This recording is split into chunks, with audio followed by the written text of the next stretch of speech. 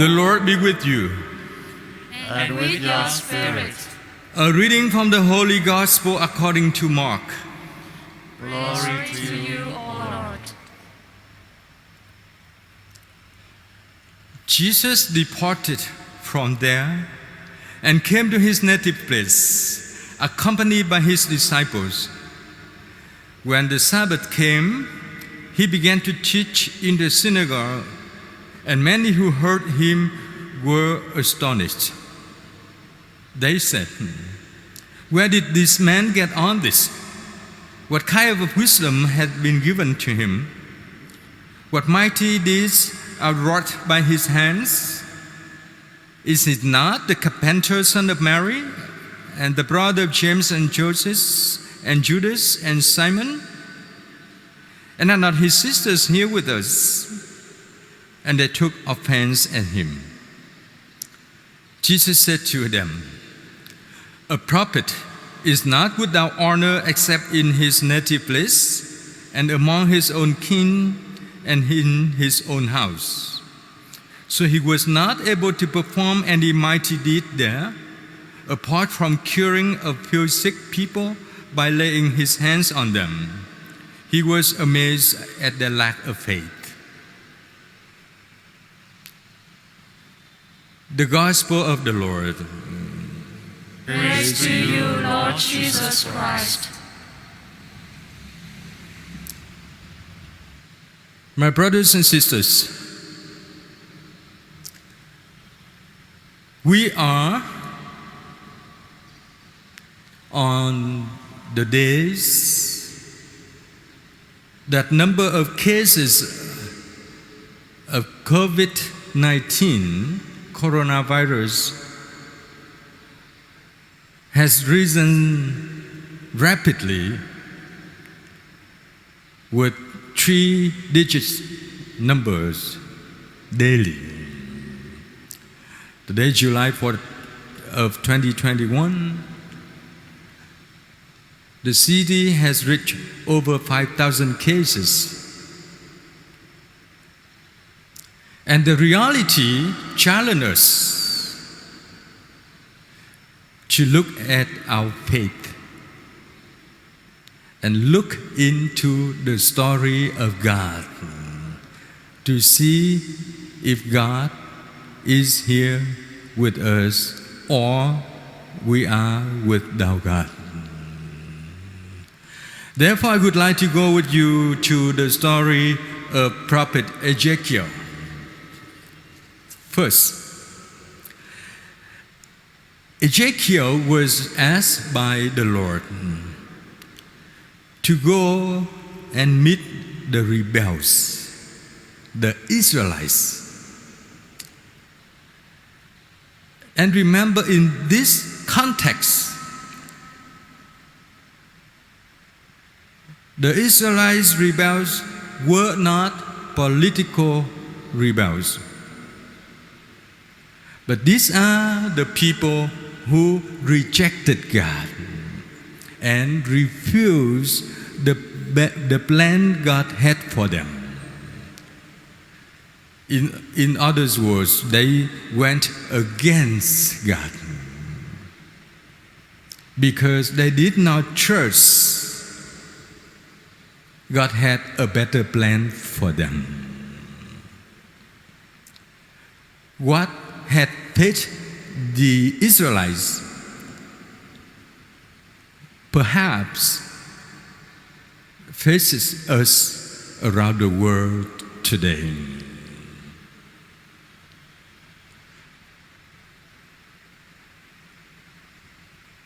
In the duration of pandemic since January 2020,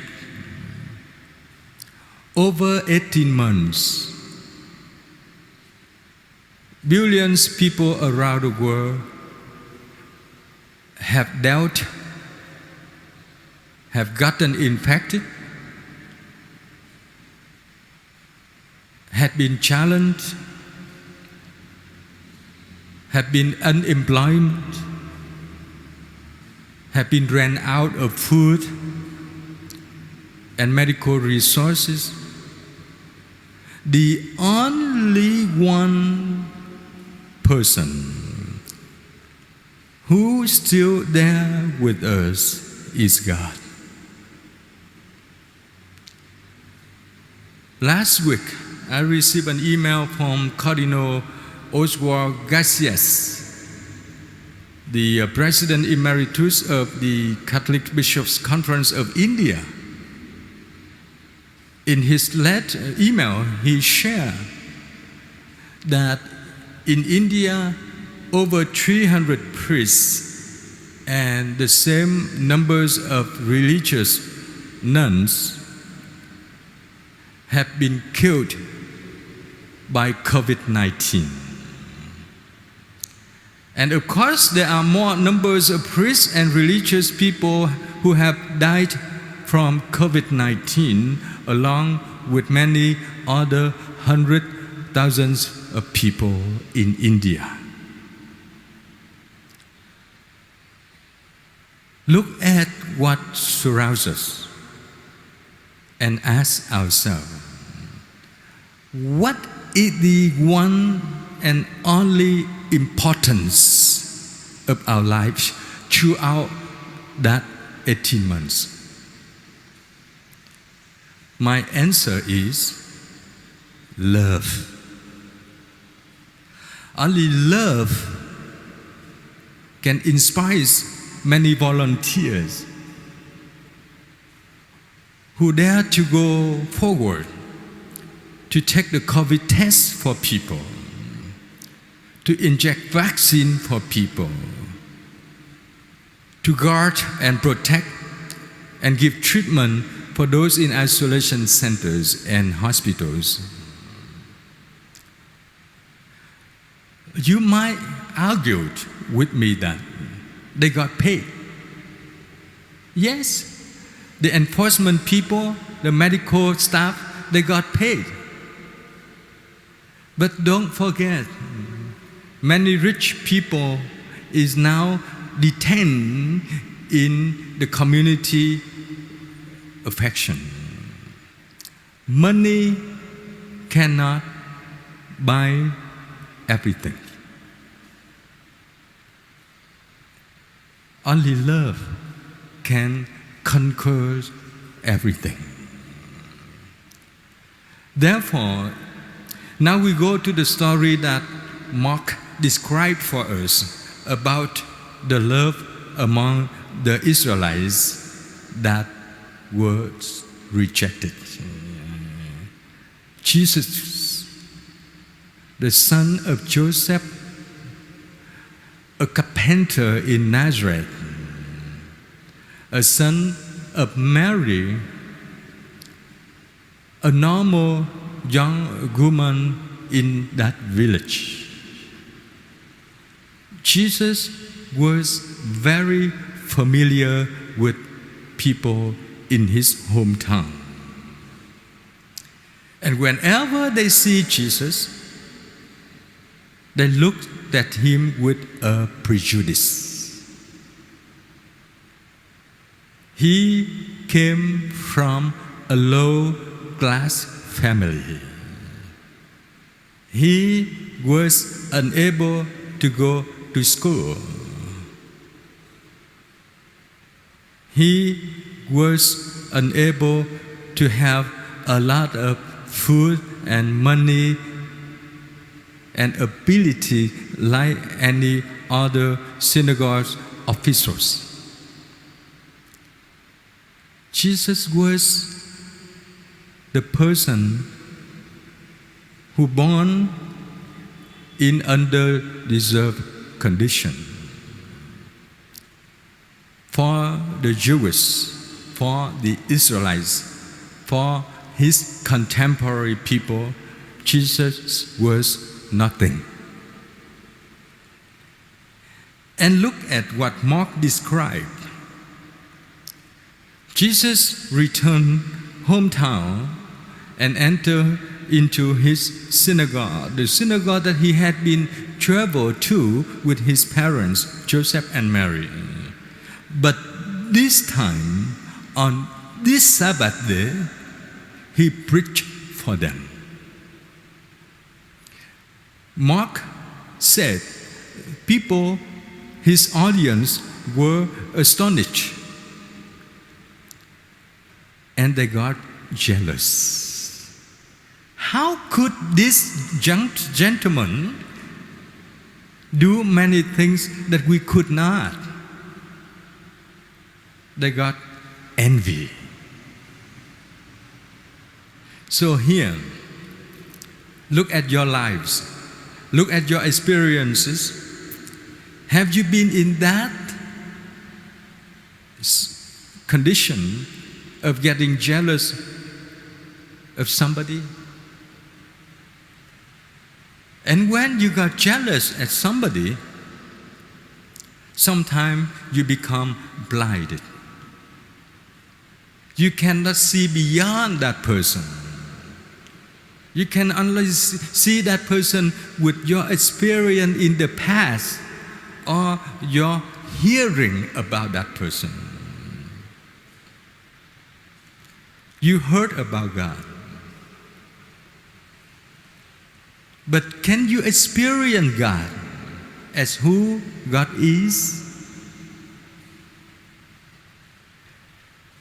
Your experience of having a normal person in your family or at your workplace. You see, sometimes you have a big prejudice about the person. He cannot do this, he cannot do that. Or if he do this, or if he does that, he will make it not good. Very negative point of view about people. We have the same point of view that these Israelites, these Jews had for Jesus. And because they got that jealousy and they became blinded, they could not come close to Jesus and collaborate with Him. God gave us the freedom. Therefore, without our cooperation, God cannot interrupt us. He loves us such much. And look at the sentiment that St. Paul had for the Corinthians, taken from the second reading. Paul had a great, adorable love for God. And because of that personal affection, Paul ran out of his energy for God and for the people at Corinth. People in Corinth listened to God through Paul. Therefore, Paul tried to explain to them that after the first period of peaceful establishment of Christian communities, the communities faced with many challenges like us. At the beginning, we come, we work together, we share our holders together, we partners to one another. What separates us after the first period of good time? Individual benefit. You want to be more beneficial than others. You want to win over others. And that separates people. The same with Christian community. Therefore, Paul said and wrote to them, the power that you think you have is nothing. The more you are convinced with your own power, the more you will lose it. Because no one has the eternal power. No one has it. Even the smart device, you have to charge it and recharge it. Even the apps, if you want a productive app, you have to buy. There's nothing free for again. So Paul proves himself how power of God works in our life. And I am convinced that you believe me through your experience during the pandemic. If you feel you are strong, you are in good health, there's no reason why you have to go to the hospital for checkup. If you are strong and you took a COVID test with a negative result, there's no need for you to receive the care from the doctors. But if you become a case, a patient, they will admit you into either isolation center or hospital to give you special cares.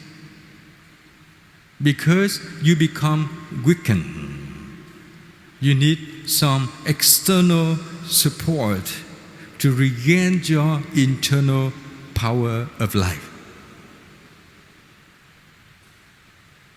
Think about this reality of many millions of people have experienced in the past 18 months to see why Paul said, I'm strong in my weakness. Because he realized that he is weak, he relied on God. If a person uses a small device without electricity or battery to charge your device, how long would you use it? Maximum for a day. So for Paul, in order for him to be a strong evangelization mission, he had to recharge every day from God. And when he said that, I received complaints from this community and that community about me, I felt guilt. But before God, he strengthened me. Just go forward. My grace is sufficient for you. That's the consolation for few of us here who've been working during this social distancing. Sometimes we go out of the house, we are worried if we got in contact with a patient. The next day, you will be taken away. So you dare to go out to serve people, that will make you happy. Why I'm saying that? Because during the pandemic, a lot of people, those who can be good thinker, have many creative plans to support others, while many people who close themselves because of the threat of community affection. Who are the happier people? Those who can go out and help. Therefore, Jesus wants to perform to us the real happiness of life. That is, keep going through even the rejection and refusal of people. Jesus' aim at his goal is salvation for all. And this is the lesson that we learn. Many volunteers at church sometimes experience bad interaction with people because people complain about you. Because people said good things sometimes and most of the time said bad feedback about you. And the same thing at your work. Sometimes you try to be kind and help people. People don't appreciate that. People take it for granted, even make use of your goodness for their own benefit. You will be worn out. But don't worry. Don't be afraid to be a good person. Jesus walked around went to many places and on over to bring the good news. We receive the good news. We must become the good news. If in the past, the experience of Ezekiel, people have rejected God, refused God's plan, they did the same thing with Jesus and they do the same thing with us. Do not be afraid. Do not be afraid to continue to be good person, good people. And the good people are the people who can give, who can share, who can be helpful. And the contrast of these people are those who are selfish. Selfishness detends you. Selfishness brings to you on scary plan. But being generous, that will bring you good health, good life, and happiness. And another element that the Markan text reminds us, and to some people put us into a great challenge today, is the habit of living with bad prejudice. Bad prejudice. Especially today, some of us become netizens.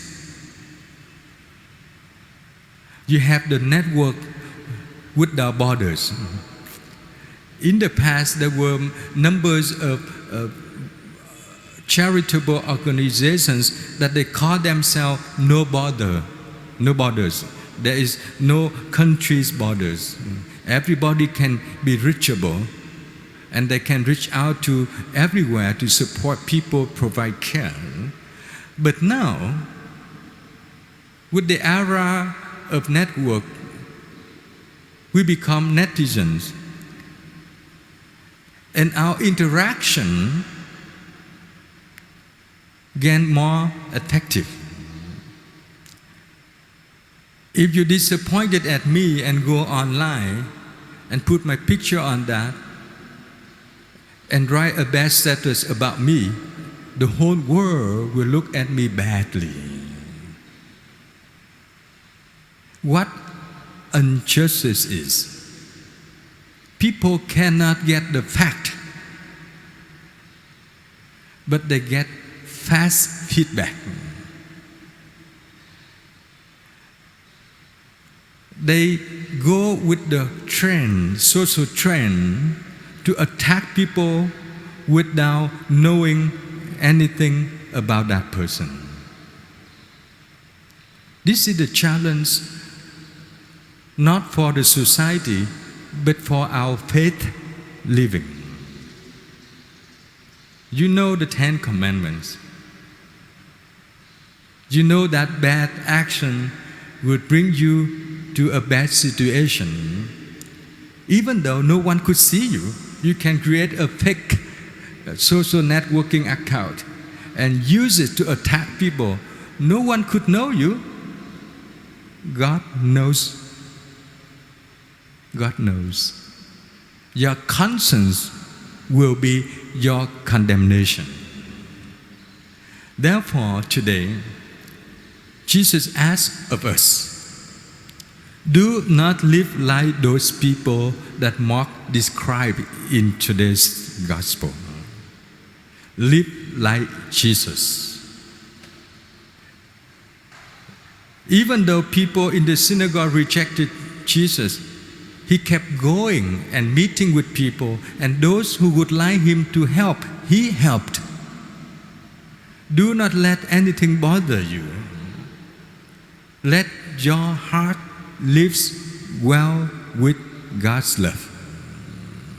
And the best way to gain a healthy, spiritual, healthy life is be a good person like God.